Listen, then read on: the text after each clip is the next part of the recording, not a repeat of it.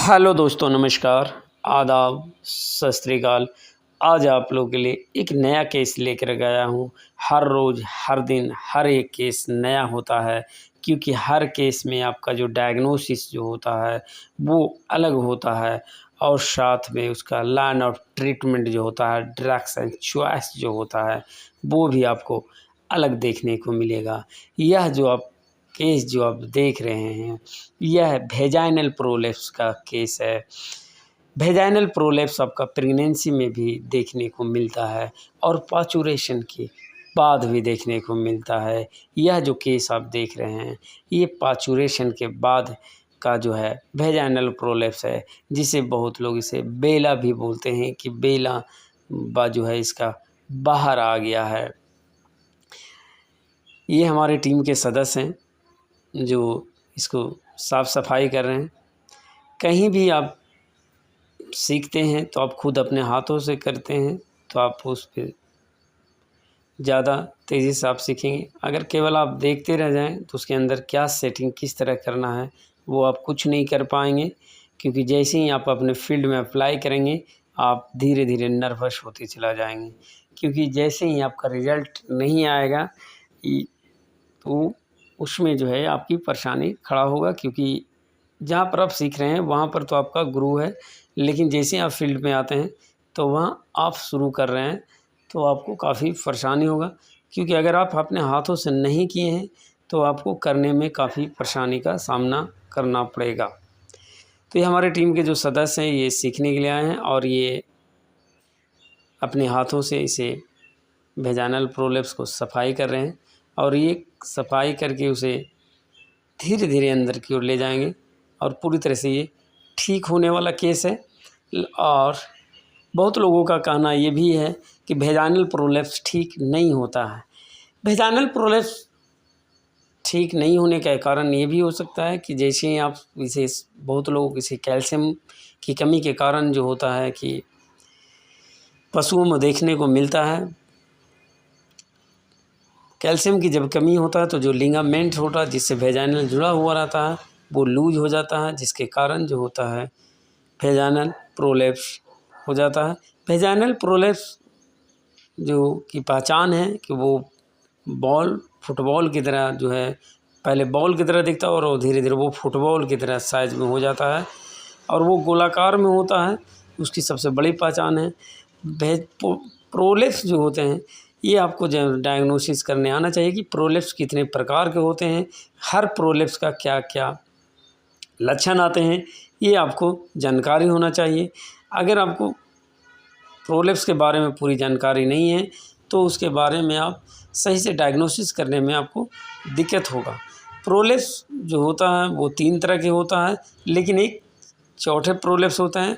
चौथे प्रोलेप्स में है कि रेक्टम और वेजाइनल दोनों का जो बाहर निकलता है तो उसे रेक्टल टू वेजाइनल प्रोलेप्स बोलते हैं या वेजाइनल टू रेक्टल बोलते हैं। प्रोलेप्स 3 तरह के ही होते हैं, लेकिन चौथे प्रोलेप्स जो है उसे आप दोनों अगर बाहर निकलते हैं तो उसे चौथे प्रोलेप्स में गिनती किया जाता है। वेजाइनल प्रोलेप्स, यूट्राइन प्रोलेप्स और रेक्टल प्रोलेप्स। और चौथे जो जिसको बोलते हैं वेजाइनल टू रेक्टल बोलते हैं या रेक्टल टू वेजाइनल बोल सकते हैं। वेजाइनल प्रोलेप्स का पहचान है कि वो पहले बॉल की तरह दिखता है, धीरे धीरे वो फुटबॉल की तरह हो जाता है। यूट्राइन प्रोलेप्स का पहचान है कि बच्चा देने के बाद, पाचुरेशन के बाद पूरा यूट्रस जो है वो बाहर आ जाता है, या प्लेसेंटा के साथ है, या प्लेसेंटा नहीं भी निकलने के बाद भी जो है यूट्रस बाहर आ जाता है, जिसे यूट्राइन प्रोलेप्स कहते हैं। रेक्टल प्रोलेप्स या वेजाइनल प्रोलेप्स जब भी होता है, फिर वेजाइनल प्रोलेप्स जो है वो प्रेगनेंसी में भी देखने को मिलता है, और पाचुरेशन के बाद भी वो बेला की तरह छोटे छोटे बॉल की तरह दिखता है। धीरे धीरे वो जैसे ही वो बाहर निकल जाता है ज़्यादा, तो हवा लगने के बाद वो धीरे धीरे फुटबॉल की तरह हो जाता है, और फुटबॉल होने के कारण जो होता है पशु का जो है पेशाब वो बंद हो जाता है, जिसके कारण वो धीरे धीरे उसमें हार्डनेस हो जाता है और उसमें पेशाब भर जाता है, जिसको लगातार अगर आप धोते रहते हैं, जिस तरह आप वीडियो में देख रहे हैं कि आपको पूरी तरह से सफाई पर ध्यान देना है। जब तक आप पूरी तरह से सफाई नहीं करते हैं तब तक उसका पेशाब भी बाहर नहीं निकलेगा। पेशाब निकालने के बाद थोड़ा सा यूँ देखिए, ये इस तरह के ऊपर नीचे दाएं बाएं आपको करना है जिससे पेशाब जो है वो निकल जाए। तो ये हमारे जो टीम के सदस्य हैं वो उसे पूरी तरह से सफाई कर रहे हैं। सफाई में आप जितना समय लगाएं उतना ही जो है प्रोलेप्स जो है वो उतना आपको सॉफ्टनेस होते चला जाएगा। और ये देखिए छोटा कितना हो गया। जब तक आप सफाई नहीं करते हैं तब तक वो जो है प्रोलेप्स, कोई भी प्रोलेप्स हो वो छोटा आपका नहीं होगा। इसीलिए कभी भी आप प्रोलेप्स हैंडल करें तो समय दें, समय की चिंता ना इसमें करें, क्योंकि बहुत लोग इसमें जो होता है तेज़ी दिखाते हैं। ये कभी भी गलती ना करें। इसमें जितना देर आप करेंगे, घंटे 1.5 घंटे लगाते हैं, उतना बढ़िया सबका प्रोलेप्स सेट होगा। अगर आप इसमें जल्दबाजी करते हैं तो वो प्रोलेप्स सक्सेस नहीं करेगा। और ये देखिए, पेशाब निकालने के लिए आपको ऊपर नीचे दाएं बाएं आपको करना है। उससे होगा कि पेशाब अपने आप जो होता है वो निकलने लगता है, क्योंकि पेशाब भी भरा हुआ रहता है। क्योंकि जब प्रोलेप्स, वेजाइनल प्रोलेप्स के दबाव के कारण जो होता है वो पेशाब बंद हो जाता है, तो पशु पेशाब नहीं कर पाता है। क्योंकि वेजाइनल प्रोलेप्स जस्ट नीचे जो होता है पशु के पेशाब का जो रास्ता होता है वो दबाव के कारण जो होता है कि पेशाब नहीं हो पाता, जिसके कारण पशु और ज़ोर से स्ट्रेनिंग करने लगता है। तो इस तरह के पूरी तरह से साफ़ सफाई करें। इसके नीचे आप बोड़ा इस तरह रखें, या फिर उन्हें कोई भूसा या कुट्टी भर करके उस बोड़े को वहाँ पर पीछे से लगा करके उस पर भी रख करके आप साफ़ सफाई कर सकते हैं। लेकिन ये पशु छोटा था और इसका जो वेजाइनल प्रोलेप्स था उतना बड़ा। पूरी तरह से सफाई करने के बाद उसमें जो है कि आपका एंटीसेप्टिक एंटीबायोटिक लगाएं। उसके बाद फिर ये देखिए धीरे धीरे कितना आराम से जो है कि आप अंदर चला गया।